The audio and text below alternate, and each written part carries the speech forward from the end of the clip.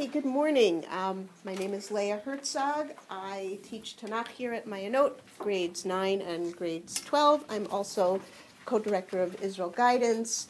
And I said to there was a bunch of students in Fair Lawn, which is where I live, and they came over to my house yesterday afternoon, and one of them commented, how is it that you know everybody, Mrs. Herzog? And I said, well, I have been in Jewish education for close to 30 years. And when I said those words, it terrified me. It was like, because I remember being that, 20-something new teacher and hearing these people that I looked up to saying, oh, I've been in Jewish education. I'm like, oh my gosh. Anyway, that being said, so thank you, Dr. Pupko, not only for literally moving me to tears, and I would imagine some of you, but setting this up so perfectly. It is awesome. No pun intended. Because the title of this shiur is what does it mean to love God? Because like Dr. Pupko, I feel that we have been primed, particularly in Ashkenazic Jewry. So I apologize to the Sephardim in the room. I'm a Sephardi wannabe, wanting to be converting to Sephard for years and years and years. My father, Alav Shalom, said that his family way back when actually emigrated from Spain after the expulsion. I mean, I'm a Yek, like blue-blooded Yek, southern Germany, Heidelberg. I'm even bluer than the Breuers. Oh yeah, you can.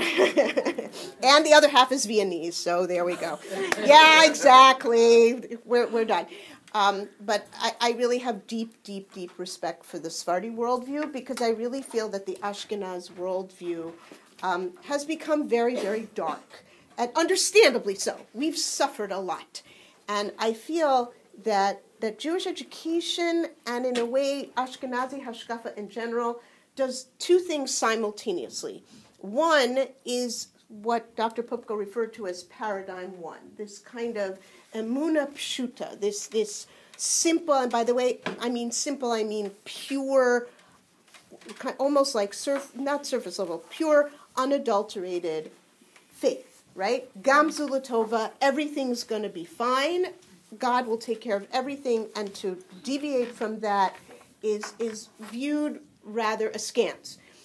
And then at the same time, we operate very much from a place of I'm going to call it yira, but not in the sense of awe, but almost in a more childlike sense of that fear of doing something wrong, because if we do something wrong, we're going to get punished, right? And it makes sense. I mean, educationally, that's a sound way to educate young children, because young children don't yet have the moral compasses to make sound educational decisions and sound, life decisions. And by young, I mean, no offense, Naima, anything under about the age of 30. No, not.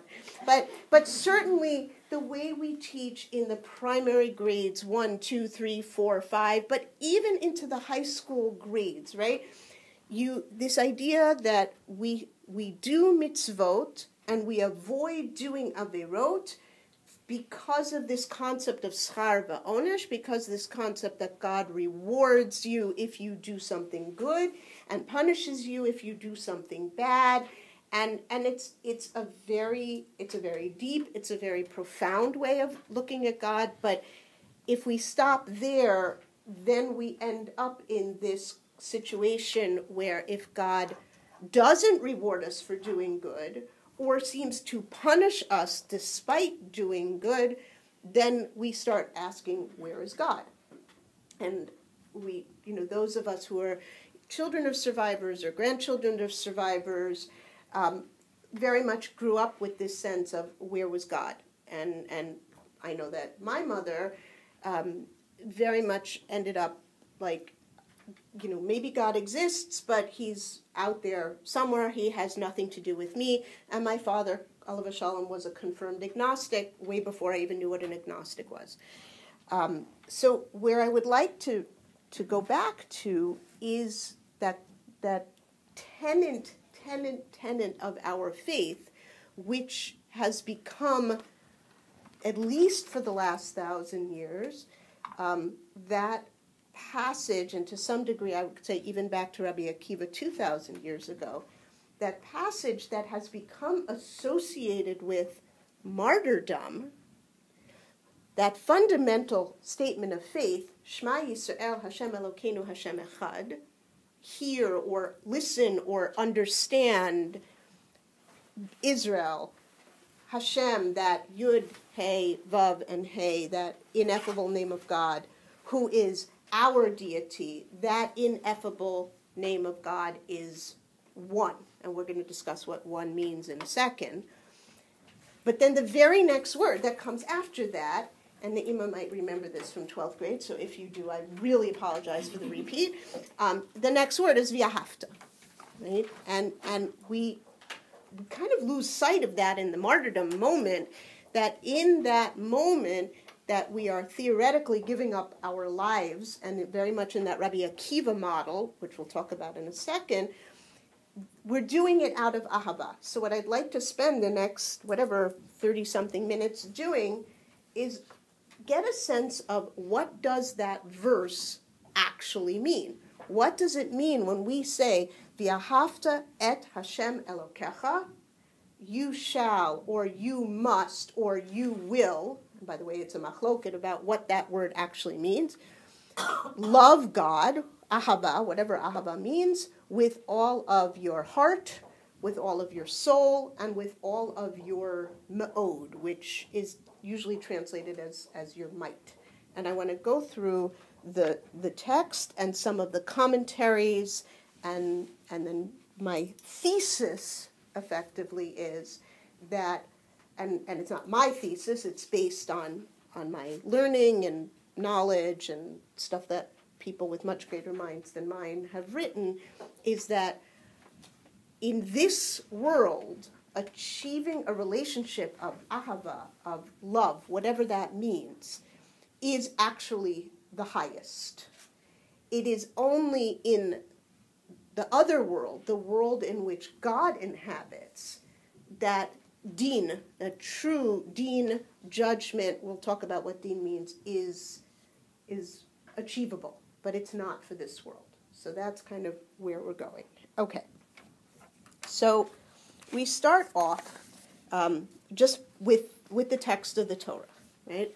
Shema Yisrael, this verse, which is in the first source, is actually verse 4, comes after the previous little section. The pei at the very end of Gimel indicates that it's the end of a little paragraph, where Moshe says he's delivered his opening speech, he's established, he's reviewed the Aseret HaDibrot, the Ten Commandments, and now he is moving on into the nitty-gritty. And according to Rav David Tzvi Hoffman, who was a late 19th, early 20th century Parshan commentator, Rav David Tzvi Hoffman says that this is basically the beginning of Moshe, the end of Moshe's introduction. The first 5 chapters are an introduction, kind of a broad overview of the history, how did we get here, and Perek Vav in particular at the moment of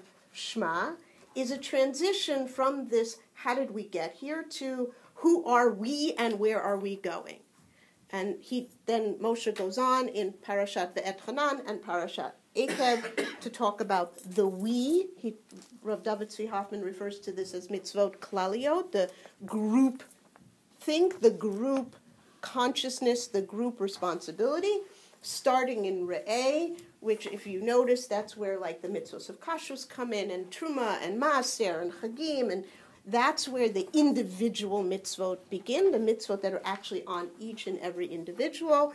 And we just read in this past week's parasha what Reb David Tzvi Hoffman terms as the 4th section of Sefer Devarim, which is the tochacha, that schar va'onesh, that reward and punishment. And starting this coming Shabbat until we get to Simchat Torah is basically Moshe's final soliloquy, his final, goodbye, very much his last lecture. It's very poetic. It's very melodic. The language is very mellifluous. And I tell students, if you're doing Shnaim Ve'echad Targum on these parashiot, if you're like reading Rashi, make sure to do it in English because you're not going to understand it in Hebrew. It's just Rashi makes these references to all of these verses that most of us are not familiar with. In any case, so Moshe starts off in Pasuk Aleph with V'zot HaMitzvah V'Hachukim, and these are the commands, the ones that you understand, the ones that you don't understand, the civil laws, right, that I have given you, and you're going to take them into Israel, and you're going to inherit. And then in Pasuk Bet, he starts off and he says, Leman tirat Hashem Elokecha, so that you shall have awe, and I am going to translate this word, this shoresh, Yud Resh Aleph, as awe, rather than fear, because fear in Hebrew is pachad, so that you should have awe of Hashem, your God, and that you should guard, meaning don't transgress, all of his commandments, right? So here's the bottom line. Moshe is saying, okay, I've given you this overview. You have a basic overview. The reason I've given you this overview is so that you don't mess up. And the reason I've given you this overview is so that you recognize how great and powerful God is, right? That he overthrew the Egyptians and that he shepherded you through the desert for 40 years and he fed you and he clothed you and he watered you and he helped you defeat the greatest powers on earth at that time, who were Sichon and Og. They were the superpowers, so much so that David HaMelech 500 years later includes him in that long hodu that we stand up and say, right there in the middle, after God created the world, is God defeated the Egyptians, God smote Sichon and Og, and now God has brought us into Israel, and God is great. So that's, he points that piece out. So that's where we are. And then in Pasuk Gimel, in case we didn't hear it already, Vishamata Yisrael Vishamarta. You will listen, and listen doesn't just mean to hear physically. Listen means to actually understand, to internalize, to get it. If you get the fact of what God is, then you will guard his mitzvot. Shamor is always a negative, in the sense of not negative as in pejorative, but negative as in don't. And we know this most clearly from Shamor et Yom HaShabbat L'Kadsho, which is in Devarim, in Deuteronomy, guard the Shabbat, and that is where Chazal learn out. These are the mitzvot. Lo ta'aseh, Zachor et Yom HaShabbat L'Kadsho, which we're going to actually get back to, is these are the mitzvot aseh. These are the positive commands. Shamor means don't mess up. Keep, guard yourself, right? Create a boundary so that you don't overreach, overstep, mess up. So this is the end of little paragraph. And then Moshe immediately switches gears. And he says, Shema Yisrael Hashem Elokeinu Hashem Echad.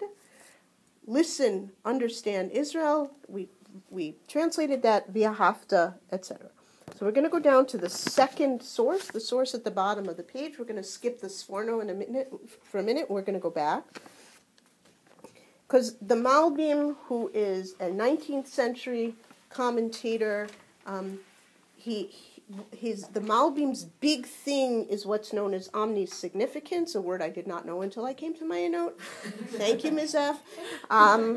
So omnisignificance is that the Malbim really focuses in very closely on every single word and what that word means and why the Torah chooses that word. And so he says as follows, Shema Yisrael. Achar she'amar shetachlit asiyat hamitzvah hi yirat Hashem, right? After Moshe goes ahead and he has established that the whole purpose, right, of doing mitzvah is awe of God, Kemoshe amar asher tziva lelamed etchem la'asot leman tira et Hashem Elokecha, right? That the whole point is that you should have awe of God. You should do mitzvot so that you should have awe of God. Ba leha'alotam limadriga yoter gedola. The Torah, Moshe, right? Because Devarim is authored by Moshe, with God's editorial stamp of approval. Moshe is de facto speaking in God's place. This is the Abarbanel gives an amazing introduction to Sefer Devarim and basically asks that question, like how can something that is included in what's called the 5 books of the Torah, and Torah is from Hashem, how could Chazal that say then that it's Torah Moshe, that it's Moshe talking? Because at that point in his life, Moshe was so close to being Hashem himself that what came out of his mouth is de facto what would have come out of God's mouth and has the same imprimatur. So Moshe is saying that now he wants to take them to a higher level, which shehi ahava Hashem, that is the love of God. Kimoshe katuv yahavta et Hashem elokecha, that it says that you should love God. Sheha'ahava madrega gedola yoter min ha'yira, that love is a higher level than awe or fear. Kimoshe katuv Haim, and he's quoting here from Chazal, Hain trei re'im, they are 2 friends, de lo mitparshin, they do not separate, they're kind of like Siamese twins, it's referring to love and awe. La'olamin, they never separate. Umago dechilo nafik richamu, and that basically awe leads to love, or that idea that din, what we call din, leads to rachamim. Aval ze lo yitzuyar rak achar ha'amat hayichud. But this concept of being able to accept love of God has to follow fear of God, but both of those are predicated, and here's the Shema Yisrael Hashem Elokeinu Hashem Echad thing, is predicated on faith in the unity of God. In other words, you start with Yira, because that's kind of a more immature, and by immature, again, these words in English are so loaded at this point, but when I say immature, I mean chronologically. We start with a younger, simpler view of God. Don't mess up, or conversely, God can do everything. You are nothing, so just be careful.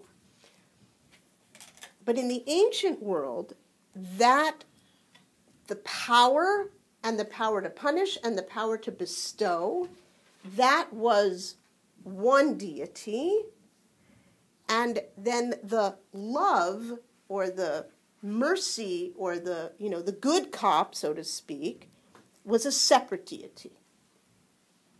In pretty much every ancient culture, every Middle Eastern culture, Greek culture, Northern European, Druidic culture, there is a male deity and a female deity, or a good deity and a bad deity, in the sense that the ancients could not conceive, and the Malbim says this, of there being one deity who is so intertwined and integrated that they could do both.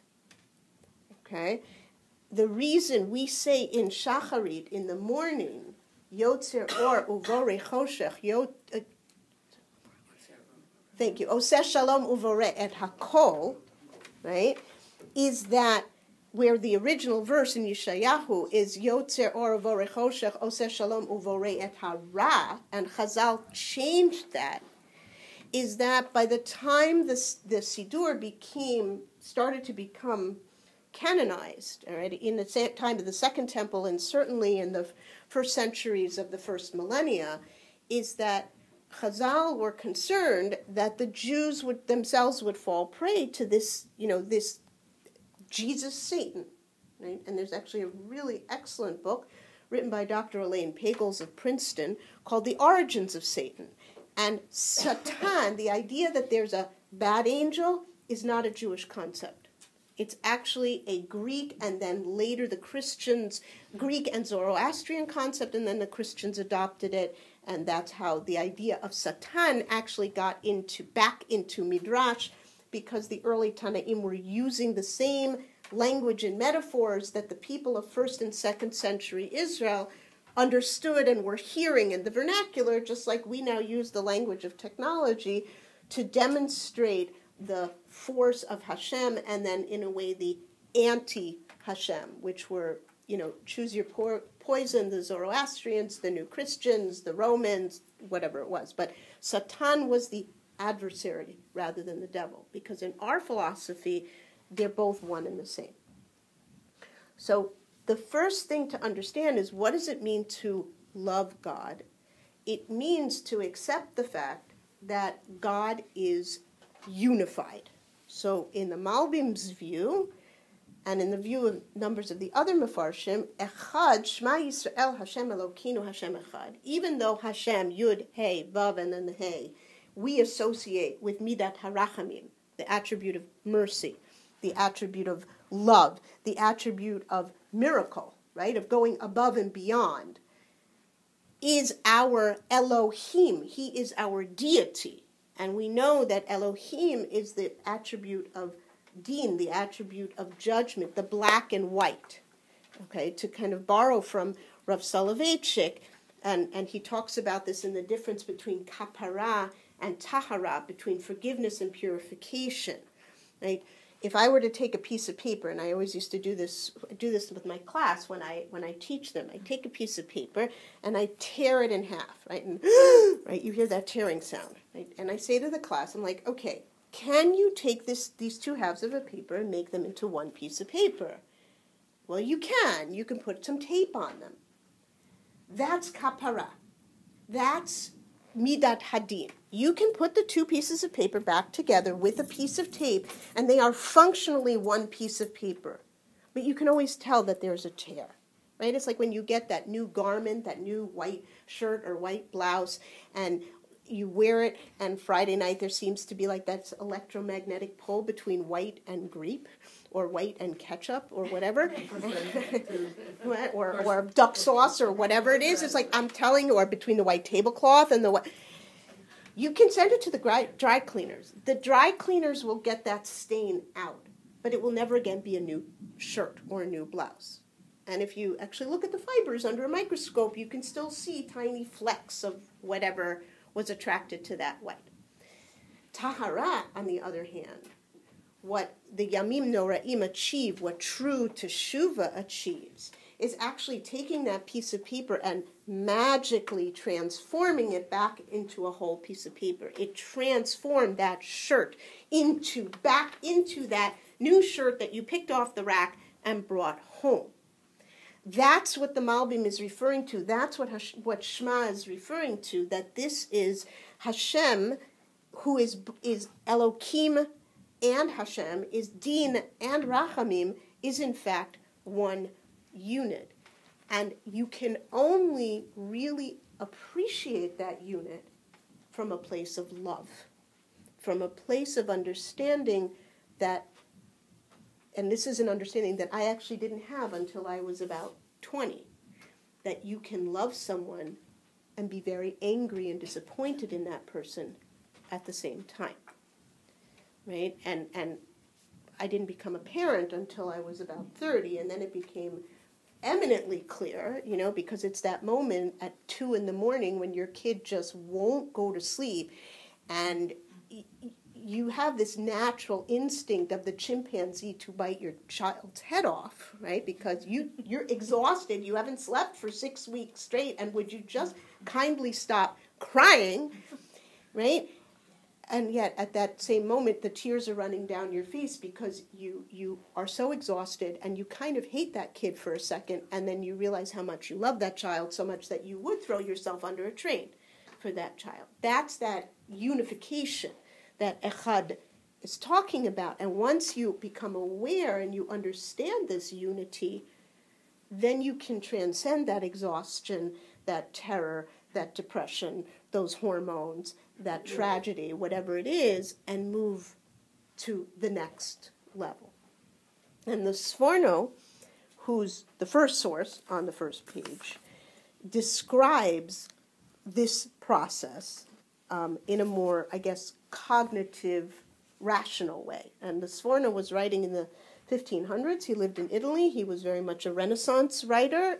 He was, happily for us, one of the first Jews to own a printing press, because otherwise we probably wouldn't have the Sforno. And he explains, Shema Yisrael Hashem Elokeinu Hashem Echad. He says, Shema Yisrael, hitbonein, delve, understand at a deeper level. Okay, that Hashem, that this ineffable name, Hanotein Mitziut Kol Nivra, he that creates existence to all things, Elokeinu, this creative being, this all omnipotent, yes, this omnipotent being is our God. Okay, he's our God. Without any intermediary, we don't need priests, we don't need incense, we don't need anything. Elokeinu, he is ours, and to him that we should choose. And then I go to Hashem Echad, because this is, every time I read this, it kind of blows my mind, because it sounds so not orthodox, but it really is. Hashem Echad, ubehayoto noten hamitziut achar afisut.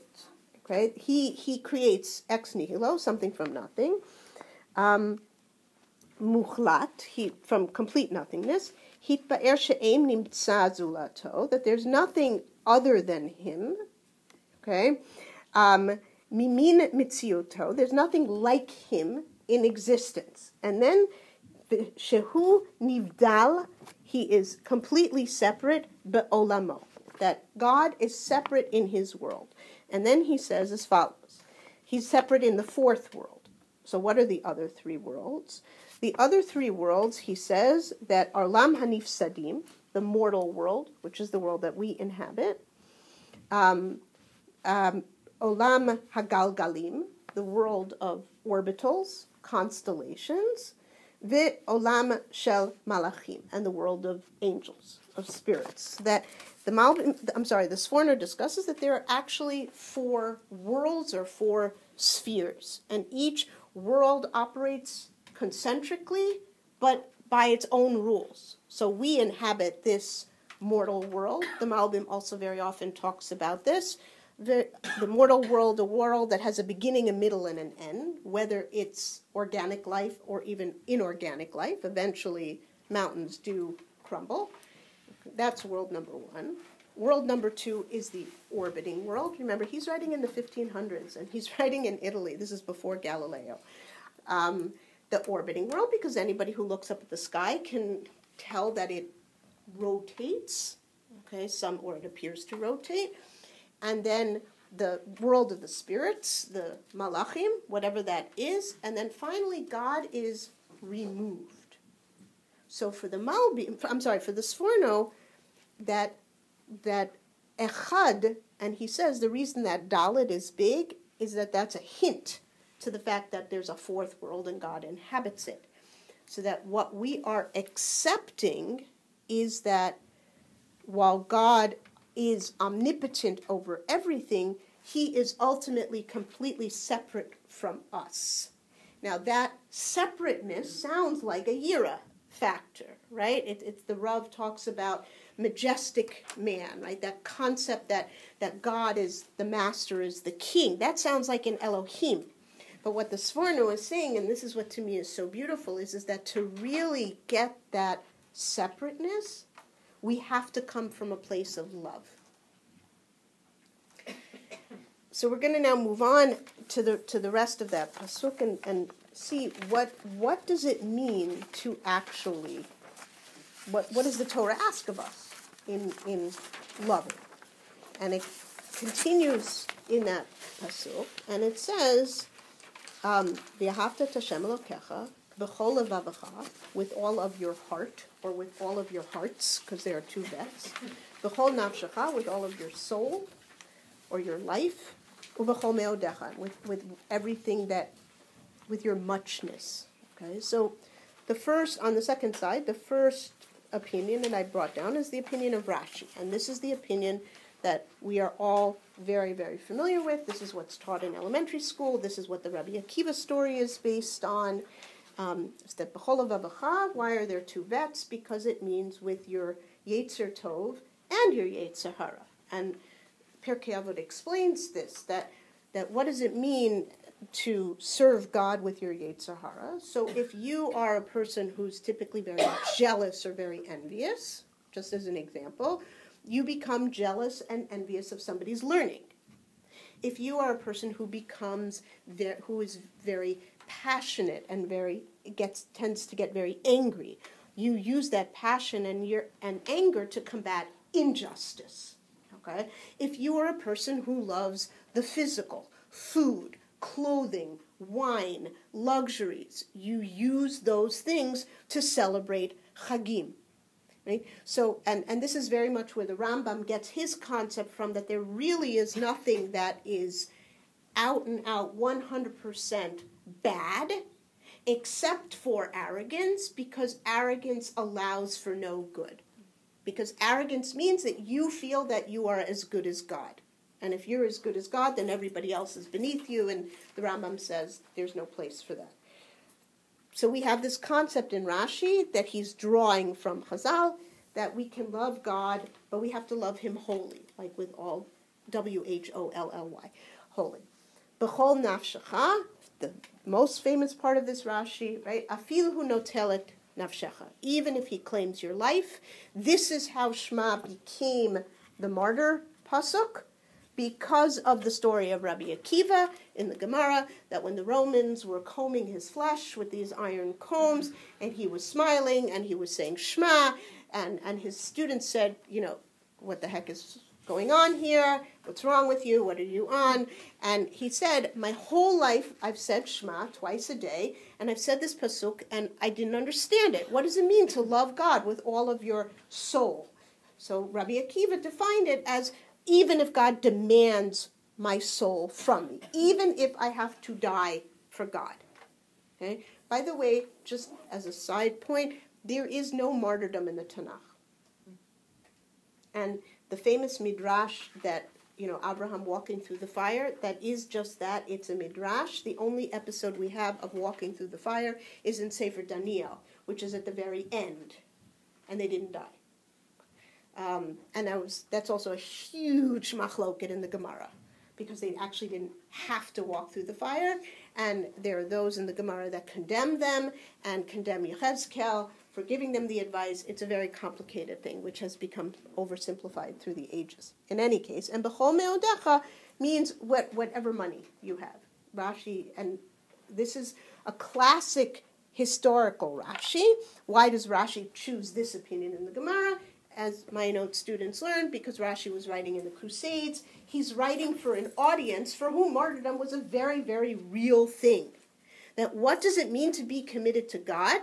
If you really, truly believe in Hashem, then you cannot serve any other God other than that one God, as opposed to the Trinity.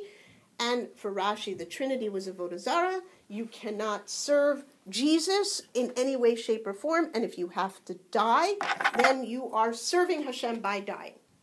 So for Rashi, this was definitely very much a piece for his time. But the Ibn Ezra, who's writing in Spain, and he's writing about 100 years later, and he's writing coming from a Muslim place rather than a Catholic place, says something very different. And the Ibn Ezra speaks to me, first of all, because I'm a closet Sephardi, but second of all, because to me, the Ibn Ezra speaks very much to the modern psychological construct of multiple intelligences and Howard Gardner. So he speaks to me as the closet Sephardi, and he speaks to me as the psychologist. And the Ibn Ezra says as follows, okay? V'ahavta, achar she'ein Eloha, ein lanu Eloha acher, rak hu levado, chayav ata shetehavenu, ki ein lanu Eloha acher. So, ki ein lanu Eloha acher. So the Ibn Ezra says as follows, okay, now that we've established that we have one God, there's only one, and all of our worship and all of our emotions have to be vectored towards that one deity, because we have no choice, it stands to reason the Ibn Ezra is a rationalist because he's a Spaniard, that we have to love him, right? In other words, if you only have one parent for whatever reason, God forbid, okay, or if for some reason our parents, we were able to be produced by one gender, like some flowers are, okay, we would have no choice but to love that one object because there's nobody else to vector all those emotions to, right? So, and he says, so what does it mean? What does it mean to love God? What does that emotion of love look like? And it's actually very interesting for the Ibn Ezra to talk about emotions because he's a rationalist, but so it is.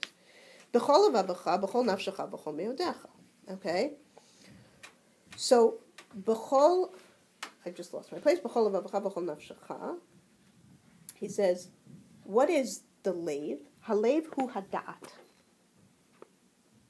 Which is very different than our Western construct. For the Ibn Ezra, the heart is the seat of knowledge.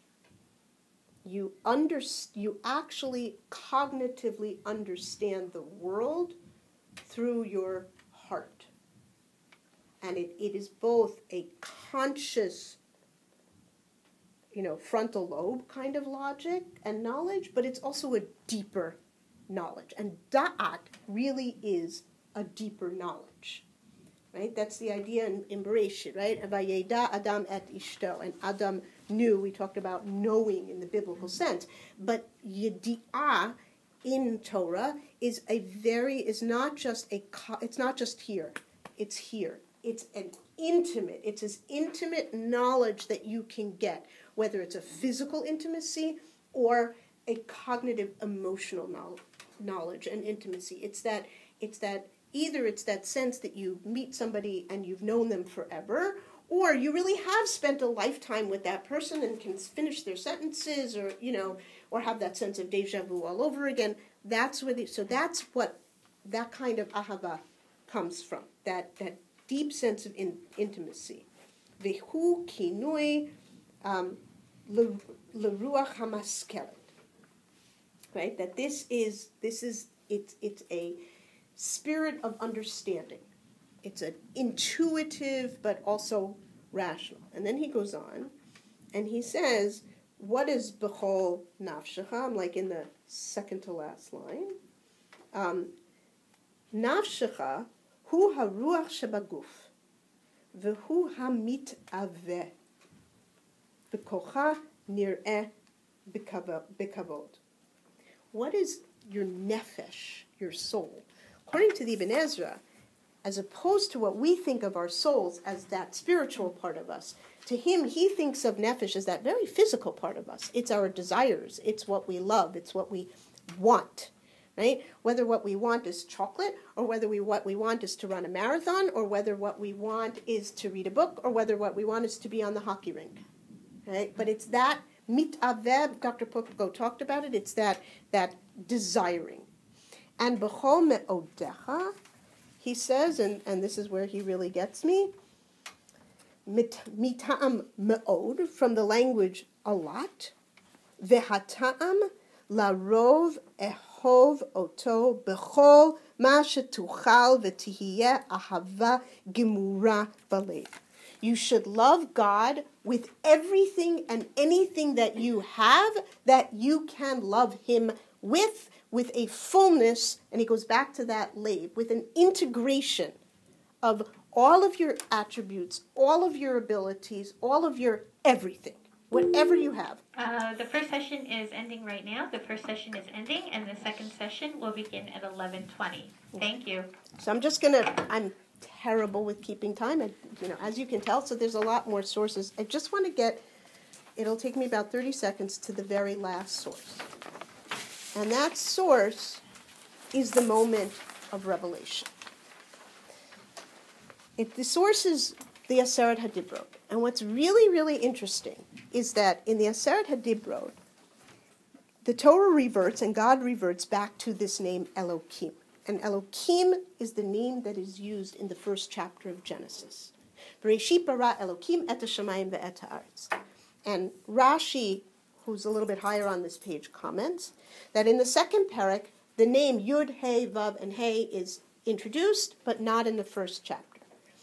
And Hashem had to introduce this name, this Rachamim, this forgiveness into the world, because without it we couldn't stand. And at the moment of Matan Torah, which in a way is Gan Eden redo, this was a shir that Mrs. Kahan gave a number of years ago, Hashem comes back to Bnei Israel in this purest form of Elohim. And Bnei Israel couldn't handle it. And like if you go to the very end, they say, we can't. We can't. Moshe, you have to talk to God. We can't handle that purest, unadulterated, black and white, crime and punishment, action, reaction. We can't do it. So I would postulate that in our world, which is not perfect, right? In a perfect world, we approach God through Din. That was Eliyahu. That's Har Sinai. For us, the highest human madrega is one of integration, is one of what is termed as love, but it's one of like looking at ourselves and the totality of who we are, the good, the bad, and the ugly, and vectoring that totality towards the service of God. If we achieve that by the end of Yom Kippur, then we move forward into this time of simcha right afterwards, right? That we're able to transition so quickly from awe to rejoicing. I wish you all a Shana Tova U'Metuka, and thank you very much. Thank you.